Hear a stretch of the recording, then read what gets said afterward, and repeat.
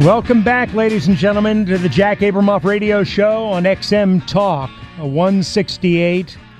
You know, we're sitting here with Raheem Kassam, who's on the phone with us from the United Kingdom, from London, going through some shocking things. I guess they shouldn't really shock us. We've seen so much nonsense coming over from Europe. And we look over there, Americans, and we wonder what is wrong with these people. And we see little outbreaks of this nonsense over here, too.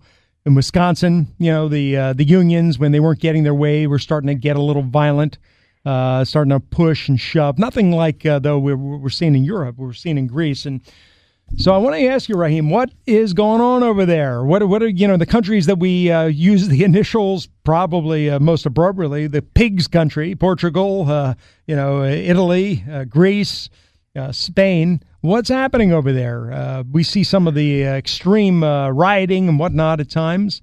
Give us your take. What's happening? What's going to happen? What's going to happen, I think, is anyone's guess at this stage. I mean, it's still unbelievable what is going on politically in Greece, and I'm sure for anyone that's been following it, there's this kind of I believe it but I don't believe it kind of attitude where the country still can't abide itself by whether the fact it wants to control its own interest rates and exchange rates and currency and actually drag itself out of this miasma that it's in, or on the other hand, they consider leaving the euro as perhaps not the best thing for them, and that the Eurocrats based in Brussels perhaps know what's better than their elected officials. And I think what we're seeing now in Europe is a decline of democracy, if you will. What we saw initially when Greece got its apparatchik from Brussels appointed, what we saw in Italy when the very same happened. Now we see the bailout going on in Spain, which will do absolutely nothing. All it will make sure that happens is that the Spanish banks have to borrow at higher rates than they're actually going to be bailed out at. Right. In fact, their debt didn't their debt go up after they did the bailout? It's just an absolutely series of feckless steps that don't seem to do anything. But I think drill down to the core of it. What's going on? There's an attitude problem. It used to be, and we were proud of this joke. I'm sure that people weren't very happy about it over there. But we used to say that when we used the British factory worker would see his boss drive away at the end of the day in a Rolls Royce, that the factory worker would look at him and go, you know what, next year he isn't going to have that car. But the American factory worker in the old days would see his boss drive away in a Cadillac. He'd say, you know what, next year I'm going to have that car. But that's it. That doesn't seem to be the case anymore in America. It seems to be prevalent in Europe. The jealousy, the envy, the class warfare has reached a violent stage where I guess the people with their hands out, when they stop getting things put into their hands for free, they get violent. Is that what you're saying?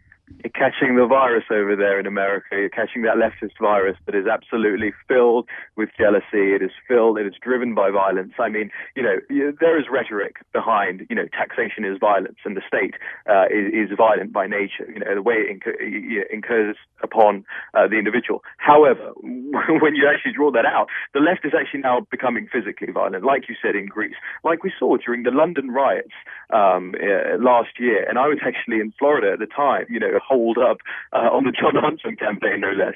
But watching my city being smashed and burned to pieces by the youth who have exactly that attitude. It is not that I will aspire to something, but it is that I deserve something and it should be given to me. And if it's not given to me, I'm going to go out there and smash the city to pieces until somebody does something about this. And you have Raheem, what are the five steps that if you could wave a magic wand over there to fix everything, to not just fix the policies, the government policies, but if you could wave a magic wand to sort of turn Europe around, what would it be? What would those things be? It starts when you're young, doesn't it? It starts with education. The education systems, at least in the United Kingdom, have been so fundamentally backwards for so many years now, not teaching the youth to aspire anymore, but teaching that everyone deserves a chance. I was saying when we were watching the Euro 2012 football last week and England were playing, I said England seem to be the only team in the football tournament that have the attitude that, no, we don't want to put our best stars out there or even claim that we have star players, but we have this attitude that everyone should get a chance, even if they're not so great. We'll put them out there, let them have a run about, let them have a kick about with the ball. It doesn't matter if we win or lose. That's the first step, is making sure that the youth have the education in place that teaches them to aspire and not put their hands out and just feel like things are owed to them. The second thing is clearly the National Health Service. We have this incredible tendency to it's almost magnetic. We go towards anything that's socialized and just think it's good, it's great, because we're not paying for it. Jack, we're paying for it in much worse ways than paying for private healthcare would happen. They're paying for a system like Singapore has. We pay for it in our income taxes, in our national insurance taxes. We pay for it at the point of delivery, where we don't actually get seen on time. Those two things, I think, are fundamentally core issues that need overturning. But there's a wider problem here, and that is nobody stands up to say what the problems are anymore. We skirt around the issues. Even conservatives skirt around the issues. We are afraid to take on the left rhetorically, in debates, on TV. There's just this amazing level of cowardice now, and it's up to people. I hope you don't mind the plug here.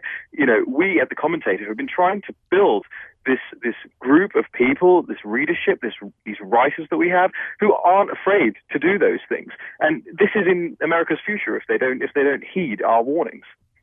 Well, I not only don't mind the plug, I think it's vitally important that everybody, not just over there in the UK and in Europe, goes to thecommentator.com, but also in the United States. We've got to know what's going on over there, and we've got to support those people who are brave and willing to stand up.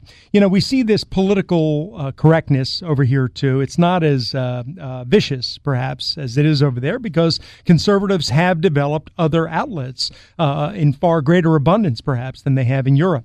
And certainly in Greece and in Spain, where I imagine if somebody had the temerity to stand up and say the handouts have got to stop, people should get off their duffs and get to work, and you shouldn't have a 20-hour work week or whatever these folks want.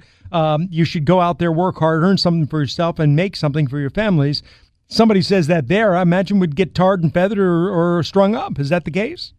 Well, there was the old adage by, I think it was Norman Tebbit, who was in Margaret Thatcher's government, who said, when my father couldn't find work, he got on his bike and looked for work, and he kept looking for work, and he kept looking for work. He didn't just go to the job center and start claiming benefits back. And, look, Jack, I'm 25 years old. There are a lot of people my age who are without jobs, but you talk to them, you talk to them, even some of my friends, I'm ashamed to say, and you say, why aren't you knocking on every door?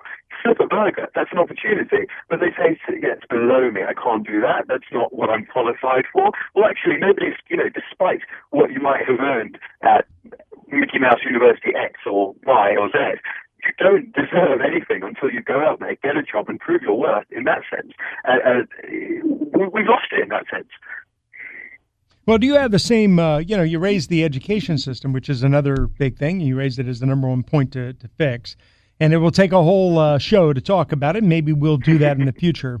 But it seems like that the education system, both here and there, is directing young people into studies that aren't going to amount to anything. Now, I, by the way, don't want to be a hypocrite. My study course was English literature and opera. Okay, not exactly what one would say to prepare. I used to say that prepared me ideally to be a lobbyist, because I knew how to sing and when to shut up when the curtain would come down. But fixing these things and getting the attitudes right is really vital. And you're right, it starts with the young people. And the problem is, unfortunately, Europe is heading into a very bad period. We look at it, frankly, from over here, and we think they're going to head into real danger, real treachery. So, Raheem, I'm so grateful to you being my first guest and coming with such important information. I hope you'll come back again, folks. Thecommentator.com. It's a vital, vital publication website. Please make sure you go up and subscribe. This is Jack Abramoff on XM Talk 168, the Jack Abramoff Radio Show, XM Talk 168. Come on back after the break. Behind the wheel of a large automobile, and you may find yourself in a beautiful house with a beautiful wife, and you may ask yourself,